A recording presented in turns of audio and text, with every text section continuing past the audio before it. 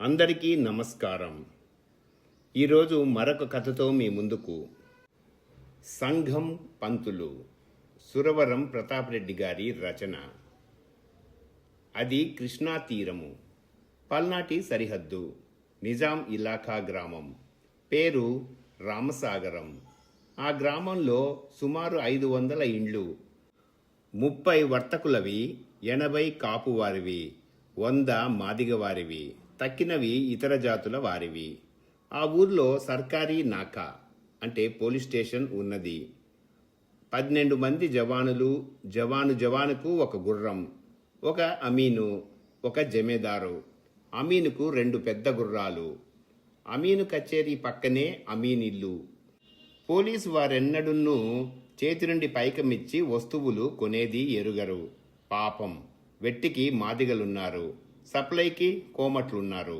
అయితే 30 కోమట్ల ఇండ్లలో ఒక్కడే దుకాణదారుడు. మిగిలిన వారంతా స్వయంగా కృషి చేసుకొని బ్రతికేవారు. అయితే వారి కులము కోమటి కులం కదా. 30 ఇండ్ల వాళ్లంతా పోలీసు వారికి కోరినదంతా సప్లై చేయవలసిందే. కోళ్ళు, గుడ్లు, కట్టెలు మాదిగ వాళ్ళ జిమ్మా. ఇట్లా వ్యవహారం మజాగా జరుగుతూ ఉంది. రైతులొకరిలో ఒకరు లేరు. కృష్ణా అవతలి తీరం చూస్తారు, అది అంగ్రేజీ ఇలాకానా. అక్కడ జనులు సుఖంగా ఉన్నారు. ఏ ఎట్టి లేదు, ఏ దండగలు లేవు, ఏ తన్నులు లేవు. కానీ ఈ రామసాగరం వారు పెద్దలు సంపాదించిన భూములు, ఇళ్ళు, వాకిళ్ళు, వృత్తులు వదులుకొని పోతే వారికింకా జీవనమెట్టు. ఒకనాడు ప్రొద్దున్నే ముసలి మాదిగది 70 ఏండ్లది చచ్చిందని ఊరంతా ఉడికిపోయింది. ఏం చేస్తే ముసలిదానికి చావు రాకూడదా అంటారేమో. ఆనాడు అమీన్ సాబు పెళ్ళాము, ఆమెను బేగం సాహెబా అంటారా ఊరివారు. ముసలి దానిని వంటకు రేలకట్టెల మోపు తెమ్మన్నది. ముసలిది అడివంతా తిరిగింది, రేలకట్టెలు దొరకలేదు. తంగేడు కట్టెలు కొట్టుకొన్నది, మోపు చేసుకున్నది. బేగం సాహిబా వద్దకు వచ్చే వరకు సాయంత్రమైంది. పొద్దుట్నుంచి కూడు లేదు. ముసలిది ఎండకు కష్టించింది. మోపు తెచ్చి ఇంట్లో పడవేసింది. చిన్నాల్, రేలకట్టెలు తీసుకొని రమ్మంటే ఇదేం పుల్లలు తెచ్చినావు అని డొక్క మీద 4 తన్నులు తన్నింది. ముసలిది నీల్గింది. నికాలో ఈ పినుగను అంది బేగం. దాని శవాన్ని ఈడ్చి మాదిగ గేర్లో పారేసినారు 4 జవాన్లు. లావు బాదాం, అక్రూట్, పిస్తా. క్యో లేదు అంటావు హర్రాం? ఏమ్రా 4 జూతాల్ అన్నాడు అమీన్ సాహెబ్. వెంటనే ఒక జవాను తన హైదరాబాదు జూతాను చేతబట్టి 4 బదులు 8 ఏక్ దో అంటూ ఎంచి పునుక మీద వాయించినాడు. కోమటికి కోపం వచ్చింది, ఏడుపు కూడా వచ్చింది. ఏమిన్నీ జవాబు లేదు. కోమట్లందరూ మాట్లాడుకున్నారు. కృష్ణా అవతలి అంగ్రేజీ ఇలాకా నుండి ఒక కోమటిని పట్టుకొని వచ్చినారు. 1200 రూపాయల సాలీన వానికి దుకాణము గుత్తాకిచ్చినారు. పోలీసు వారు అడిగినది ఇయ్యవలెను. వచ్చిన కొత్త కోమటి 2 నెలలు వ్యాపారం సాగించి లెక్క చూసుకునే వరకు 1000 రూపాయల ఖర్చు అయింది. రాత్రిపూట ఎవరికీ చెప్పకుండా కృష్ణ దాటుకున్నాడు. తుదకు పట్నం నుండి ఒక మార్వాడిని 1000 రూపాయలకు మాట్లాడుకుని తెచ్చి గ్రామంలో నిలిపినారు. వాడు వచ్చి 4-5 నెలలైంది. అట్లే పోరాడుతూ ఉన్నాడు. ఒకనాడు చీకటి ఉండగానే పక్క ఊరి నుండి బండి కట్టుకొని ఒక పెద్ద మనిషి రామసాగరం వచ్చినాడు. ఊరి బయట మాదిగవారి ఇండ్లు. ఎవడో ఎదురైనాడు. ఎంత పొద్దు అయ్యుండొచ్చురా అన్నాడు పెద్ద మనిషి. అప్పుడే కుక్కలు మొరిగినాయ్యా, ఇంకా 2 జాముల పొద్దుంది అన్నాడు వాడు. కుక్కలు మొరిగితే పొద్దెట్లా గుర్తుపడుతుందిరా అన్నాడు పెద్ద మనిషి. అయ్యో, మా ఊళ్ళో కోళ్ళన్నీ పోలీసు వాళ్ల పలహారాలకే సరిపోయినాయి. నెల్లాళ్ళయింది మా ఊళ్ళో కోళ్లు కూయవు. ఆ మహారాజులు కుక్కలు తినరు, లేకపోతే అవి కూడా మొరుగుతుండేనా. సామి, మీరేడికిపోతున్నారు అన్నాడు వాడు. పటేల్ పుల్లారెడ్డి ఇల్లు ఎక్కడుంది? ఈయనే ఉందయ్యా, అదో అట్లా పొండి. ఊరి వాకిలి వద్దన్నే పెద్దది 2 అంతస్తులుందే, అదే రెడ్డిగారి ఇల్లు. పొండి.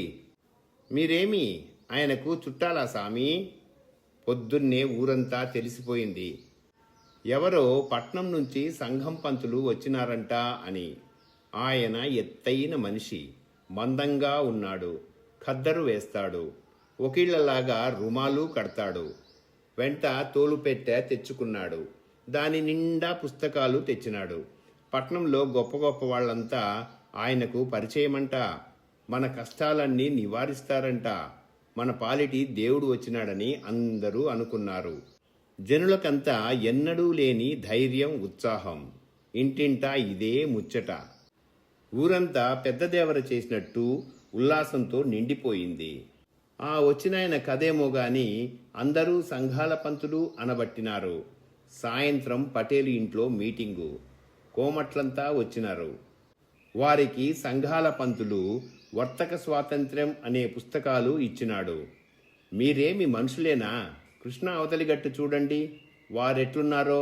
మీకెందుకు భయం? సర్కారు వారు మేము రక్షించుటక లేక భక్షించుటక ఈ పోలీసులను పెట్టింది అని ఏమేమో చెప్పినాడు. కోమట్లకు ధైర్యం వచ్చింది. ఒరేయ్, మనలో మనకు ఐకమత్యం లేనందున ఈ గతి పట్టినాము. సరే అంటే సరే అన్నారు. వర్తక సంఘం స్థాపనైంది. అందరూ నెంబర్లే. 500 రూపాయల నగదు వసూలు. మార్వాడికి నోటీసు. ఇక ముందు గుత్తా ఇచ్చుట లేదు. మర్నాడే మార్వాడి రూపాయికు 5 సేర్ల బియ్యం జవాన్ సాహెబు అన్నాడు. అరే, నిన్న 15 సేర్లు, ఇవాళ 5 సేర్లు. ఖబర్దార్ అన్నాడు. ఖబర్దార్ లేదు, గిబర్దార్ లేదు. ఈ ఊర్లో సంఘం ఏర్పాటయిందోయ్. సంఘాల పంతులు వచ్చినాడు. నీకు తెలుసో లేదో అన్నాడు మార్వాడి. సంఘం? అరే మాకీ సంఘం? ఏం సంఘం? అచ్చా చూస్తాం అనుకుంటూ జవాన్లు పోయినారు. పర్నాడు పొద్దున్నే సంఘాల పంతులు బహిర్భూమికి పోయి వస్తున్నాడు. ఒక మాలది దూరం నుంచే సాష్టాంగ దండం చేసి గోడు గోడున ఏడ్చింది. ఏం కష్టం వచ్చింది చెప్పమ్మా. అయ్యా, ఏం చెప్పను. నిన్న బేగం గారి పాయిఖాన బాగా సాపు చేయలేదని ఆమె మా అక్కను చెంప మీద వాత వేసింది. మొన్న జమేదారు మా ఆయనను బాగా కాళ్ళొత్తలేదని డొక్క మీద తన్నినాడు. ఇంకా మంచం పట్టినాడు ఆయన. మేము బతకలేము, మా గతేమి. సరే, ఇవాళ సాయంత్రము మీ పల్లెలోని మందిని అందరినీ పిలుచుకొని ఊరు ముందుండే రాగి చెట్టు కిందకి రమ్మను. నేను వచ్చి అంతా ఏర్పాటు చేస్తాను. సరే, మీరే మా దైవము, మీరే నారాయణమూర్తి. నాయన చల్లగా 100 బతుకు అంటూ ఆ 50 ఏళ్ల మాలెత దండాలు పెడుతూ దీవెనలిస్తూ పోయింది. సాయంత్రం 5-6 మంది జమ అయినారు ఊరి ముందు. సంఘాల పంతులు వారికందరికీ వెట్టిచాకిరీ తత్వం బోధించినాడు. ఫర్మానులు వినిపించినాడు. కూలీ ఇయ్యంది వెట్టి చేయకూడదని చెప్పినాడు. ఇట్లా చెప్తూ ఉండగానే అమీన్ సాబు గుర్రమెక్కి 8 మంది జవాన్లను వెంటబెట్టుకొని టీకు ఠాకున వచ్చి కూర్చున్నాడు. పంతులు, గస్తీ నిషాన్ 53 తెలుసునా? ఓ, తెలియకేమి. అది సియాసీ జల్సాల రాజకీయాల సభ కొరకు ఏర్పడినది. సియాసీ అంటే సర్కారును దూషించుట, ఫర్మానాలకు వ్యతిరేకంగా నడుచుకొనుట. మరి నీవు చేసేది అదే పని గదా? నేను కాదు, నీవు చేసేది. ఫర్మానులలో వెట్టికూడదని ఉన్నది. కూలీ ఇచ్చి పని చేయించుకోమని ఉన్నది. నీవెన్నడైనా కూలీ ఇచ్చినావా? మరి నీ బేగం సాహెబాకు ముసలివాండ్లను తన్ని చంపుటకు, పడుచువాండ్ల చెంపలు వాతలు పెట్టుటకు, పాయిఖానా లూడ్పించుకొనుటకు ఏ ఫర్మానాలో హక్కిచ్చినారు? నీవు కానూన్ చాలా మాట్లాడతావు. అచ్చా, నీకు తగిన ప్రాయశ్చిత్తం చేస్తాను చూడు అంటూ లేచిపోయినాడు. వారం దినములైంది. బేగం సాహెబా పాయిఖానా ఊడ్చేవారు లేరు. వెట్టి చాకిరీకి మనుషులు రారు. కోళ్లు అసలే లేవు. బియ్యం రూపాయికి 4 పళ్లే అయినవి. గుర్రాలకు గడ్డి చిక్కదు. పోలీసులకు కాలిమంట తలకెక్కింది. కళ్ళు మాత్రం వారికి సమృద్ధి. గ్రామస్తులందరూ కళ్ళు త్రాగము అని ఒట్టు పెట్టుకున్నారు. ఇదివరలో అమీను కచేరీకి 1 కుండెడు కల్లే ఉచితంగా సప్లై అవుతుండెను. ఇప్పుడు 3 కుండల సప్లై. జవానులందరూ అమీను గారి అధ్యక్షతలో మీటింగ్ వేసుకున్నారు. సంఘాల పంతులను కచేరీకి పిలిపించినారు. సంఘాల పంతులు పోయిన తర్వాత 30 మంది కోమటి యువకులు, 40 మంది మాదిగలు లాఠీలతో బయలుదేరి నాకా వెనుక భాగంలో కూర్చున్నారు. వారిట్లు తయారైంది పంతులకు తెలియదు, జవాన్లకును తెలియదు. సంఘాల పంతులు లోపలికి పోయిన వెంటనే కైపెక్కిన జవాన్లకు మరింత కోపం వచ్చింది. అరే పట్టండి బొమ్మనికి, దాలో హత్కడి, గొలిసే ఉడదవ్. సంఘం ఏం పంతులు, నీది ఏ ఊరు బే? నీకు ఫ్యాన్సీ వెయ్యాలా? అరే వీడు మనకి నోట్లో మన్ను వేసినాడు. రూపాయికి బియ్యం 4 పళ్ళు. మా తాతల నాడు కూడా ఇట్లా లేకుండే బే. వాడు హుసేన్ గాడు బేగారిగా ఉండలే, వాడికి కట్టెలు తెమ్మంటే కూలీలావ్ అంటాడు. క్యా దేక్తే రే పక్కడు సంఘాల పంతులకి. ఇట్లా కలకలం బయలుదేరింది. పంతులు శాంతంగా చూస్తూ నిల్చున్నాడు. ఏమిన్ని జవాబియ్యలేదు. జవాన్లు పట్టుటకు దగ్గరికి వచ్చారో లేదో బయటి సైన్యం లోపలి ప్రవేశించి టోపీలు ఎగురున్నట్టుగా కైపు దిగినట్టుగా జవాన్లను అమీన్ను మోదినారు. అరే మర్గయ్య, అరే మాఫ్ కరో, అరే అల్లా, ఇంకా మీ జోలికి రాంబే, పంతులు నీవన్నా చెప్పు. ఇట్లు ప్రార్థించినా వినక వారికి దేహశుద్ధి అయ్యను. 4-5 మంచి గాయాలు తగిలినాయి. అమీన్ మంచం కింద దాగున్నాడు.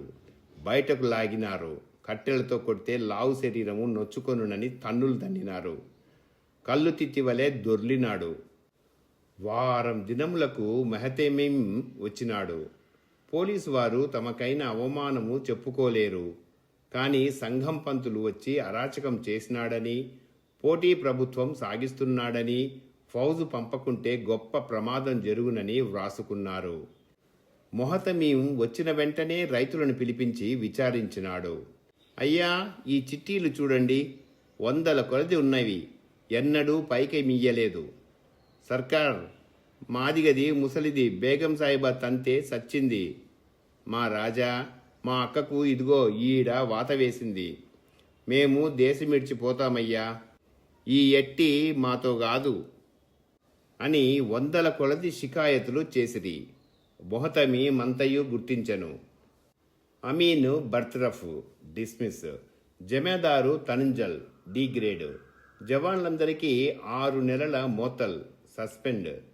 ఠానా బర్ఖాంత్, ఎత్తివేయుట. ఆ ఊళ్ళో ఇక నాకా పోలీస్ స్టేషను అవసరం లేదని హుకుమైందని వింటూనే జనుల ఆనందానికి మేరయే లేదు. ఇంకా వారం దినాలకు హోలీ పండగ. అరే పండగ చేస్తాం అని తీర్మానించుకున్నారు. వారం దినముల ఆ గ్రామంలో జల్సాలు విందులు జరిగినవి. ఏటికవతల వారిని కూడా దావత్కు పిలిచారు. ఇంతటితో కథ సమాప్తం. ఈ కథ మీకు నచ్చినట్లయితే లైక్ చేయండి, కామెంట్ చేయండి, షేర్ చేయండి, అలాగే సబ్స్క్రైబ్ కూడా చేయండి. అందరికీ ధన్యవాదాలు.